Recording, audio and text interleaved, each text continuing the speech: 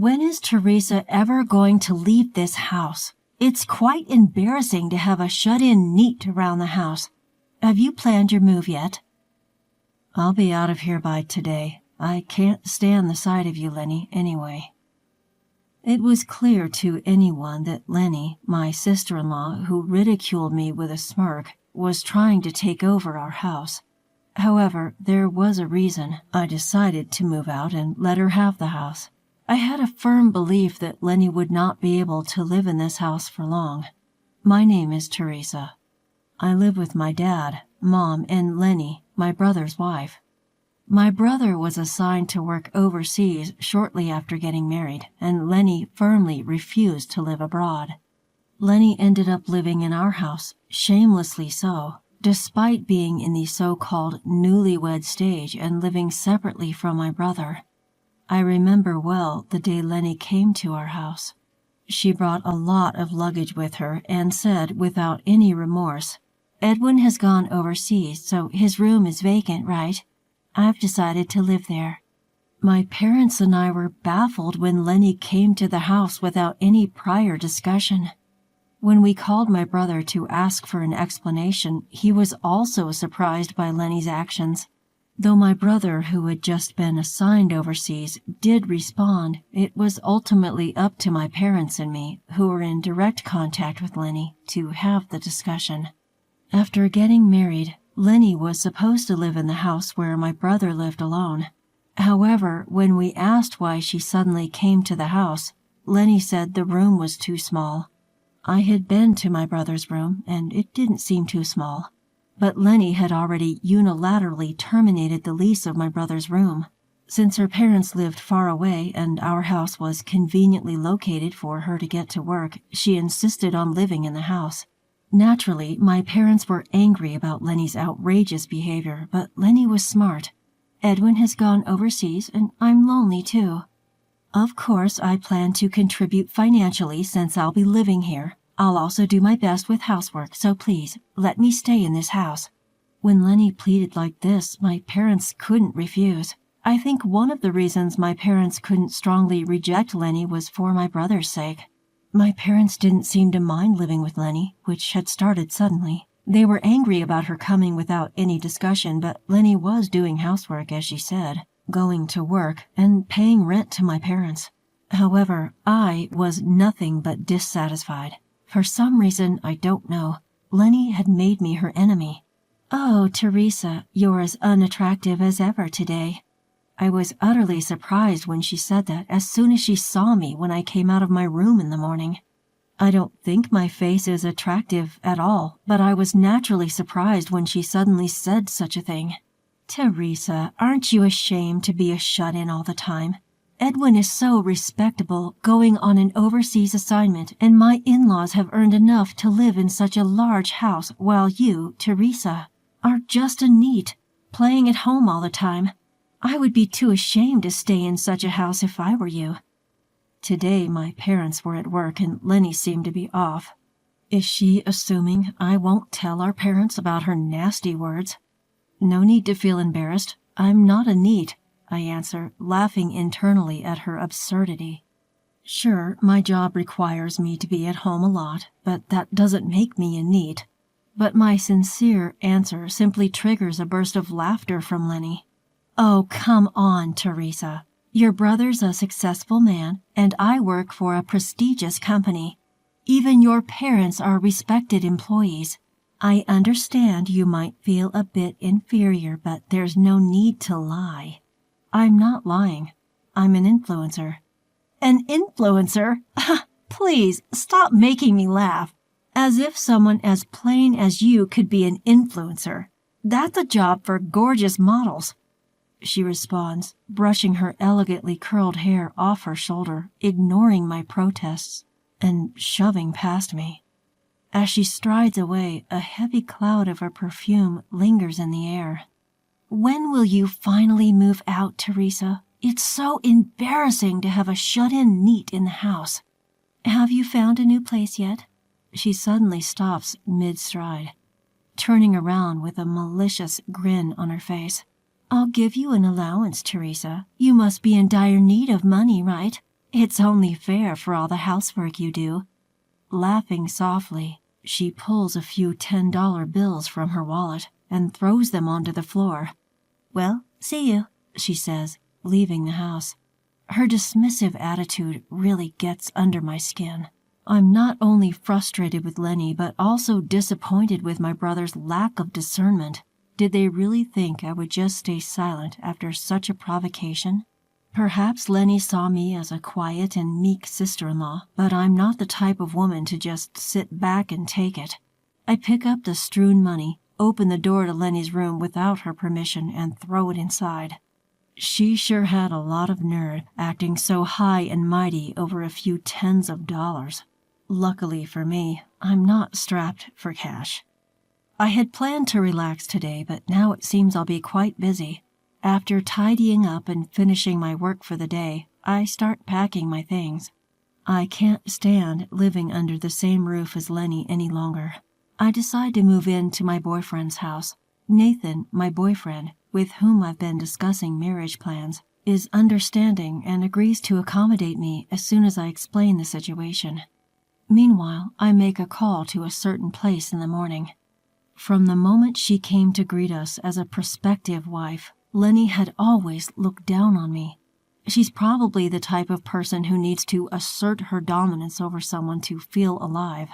By the time I finish my tasks, my parents return home. I don't mention anything about Lenny. Instead, I join my parents for dinner, a meal I had prepared. Lenny, who had claimed to be out with friends, hadn't returned yet. She said she wouldn't be home for dinner, so I guess she'll return late. I chose not to tell my parents about Lenny yet, waiting for the right moment.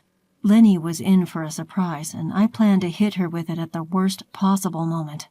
"I'm moving in with Nathan starting today. I'll be out of here by tonight." "That's quite sudden." "Nathan's okay with it?" "Yep, he agreed, and we're thinking about getting married soon." "Well, as long as it's fine by him. Just make sure to let him know we said hi." I broke the news to my worried parents, finished washing the dishes with my melancholic mom, and then I picked up my packed belongings and headed out of my room. And there, right on cue, stood Lenny. Dolled up in heavy makeup, Lenny's grin stretched across her face like she'd just spotted her prey. "When will you finally leave this house, Teresa? It's so embarrassing to have a shut-in neat like you around. Is your moving day coming soon?" "I'll be gone today. Trust me, I'm as eager to get away from you as you are to see me gone." Lenny's expression twisted in response to my direct reply. She glared at her cheeky sister-in-law. Her ugly face was truly a sight to behold. No offense to my brother, but I could do without a sister-in-law like her. The next time we'd meet, I'd be ready to serve her a dose of revenge. Well, excuse me then. I bid Lenny farewell, said goodbye to my parents who were relaxing in front of the television downstairs, and left the house. Nathan had said to me, "You probably won't need to deal with your sister-in-law again." But I loved my brother. He was a good-natured man being duped by Lenny, and I couldn't just stand by knowing that. Thanks for your concern, but Lenny needs to be completely ousted from our house. A few days after I left home, I got a call from Mom. "You, giving us such a shock by suddenly sending that. Just come home and explain. We've already informed your brother, but he can't make it back right away, so we'll video call him. We've also asked Lenny to take off from work, so hurry back." I responded to Mom's call, which came in late in the afternoon, with an okay, and after texting Nathan that I was heading to my parents' house, I left. The family house that I returned to after several days felt heavy with tension the moment I walked in. As I approached the living room, Lenny's cries became louder.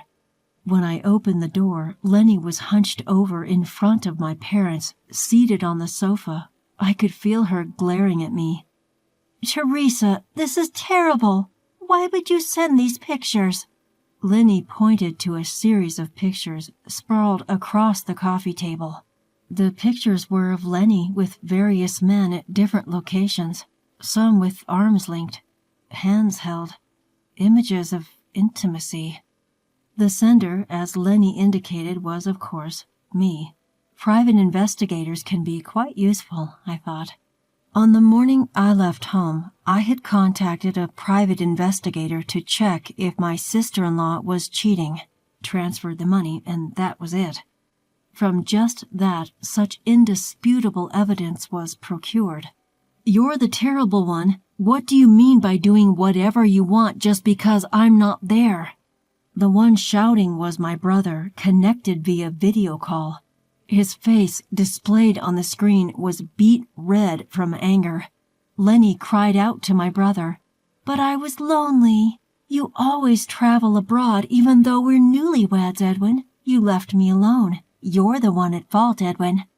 I could feel the anger radiating from my parents' faces, but I calmly stated, "You're right. The fault lies with my brother."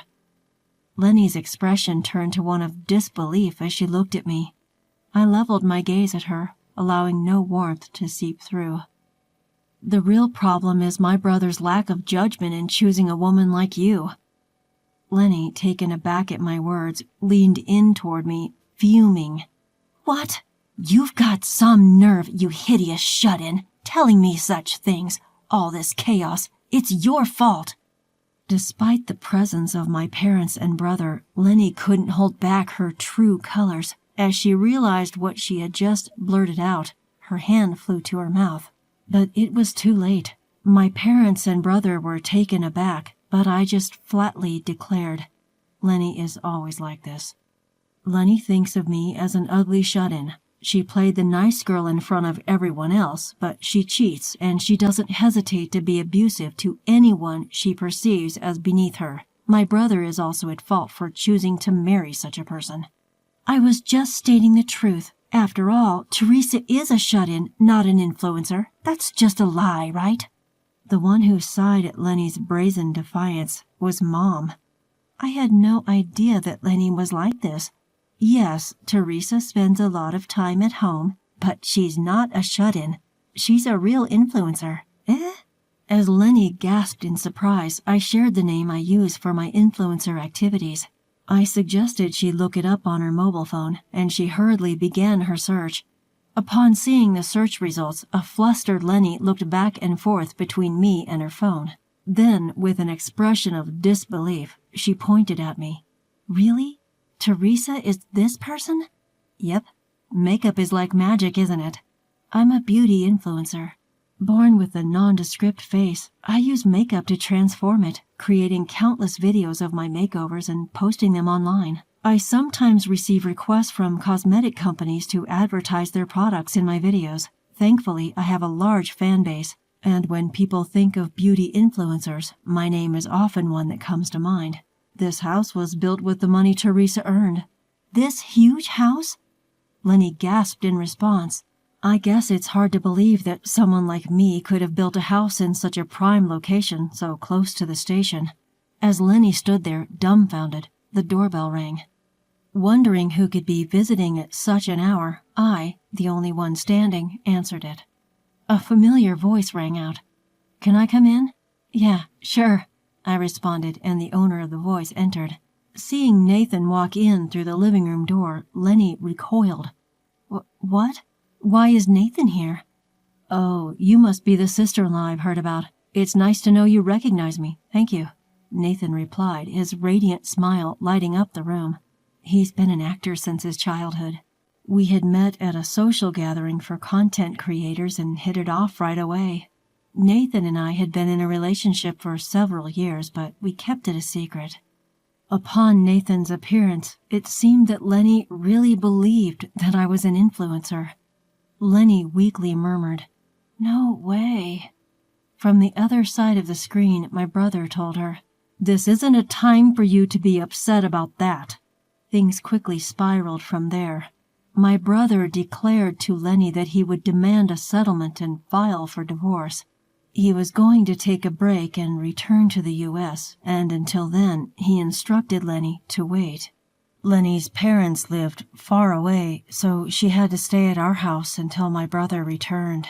With our parents looking at Lenny as if she were something disgusting, it was clear that the days until my brother's return would be harsh and painful for her.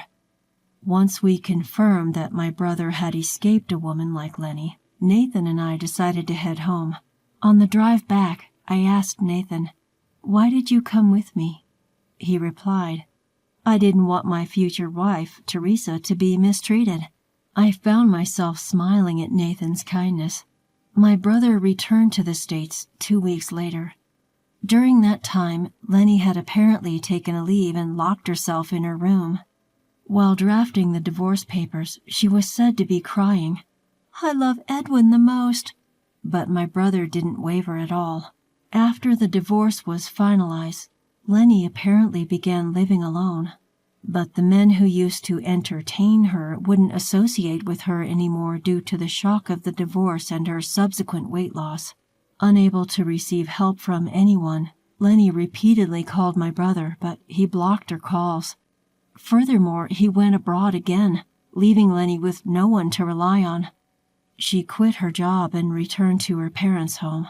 Ironically, Lenny, who used to mock shut-in neets, had become one herself. Since then, my brother has been careful about his relationships with women, but he met a wonderful woman abroad and married her. The new sister-in-law, a brave woman with beautiful blonde hair, is learning English so that she can communicate with me and our parents. In time, Nathan and I also got married. Our wedding made the news. The marriage of Nathan, who had been beloved since his childhood acting days, was celebrated, and I was accepted by the public as Nathan's wife. Now that everything is resolved and peaceful, my family and I are living happily.